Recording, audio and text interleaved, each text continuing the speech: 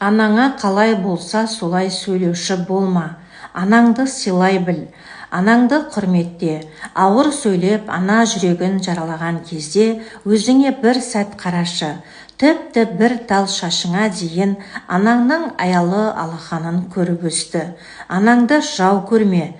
Есіңде болсын, егер анаңның ең соңғы үміті үзілетін болса, оны үзетін оның тұрмыс тауқыметі емес.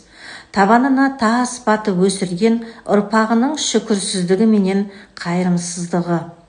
Анаңмен сөзге келейін деп жатқанда, мынаны ұмытпа.